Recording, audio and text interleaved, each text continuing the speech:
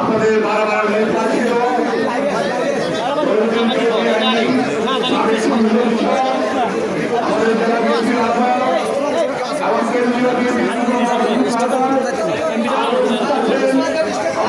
সব রাজার মেহমান কেউ আসেনি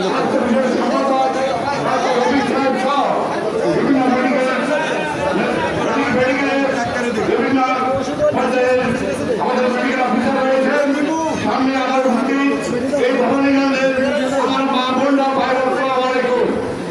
আমাদের বক্তব্য হলো একটাই, আজকে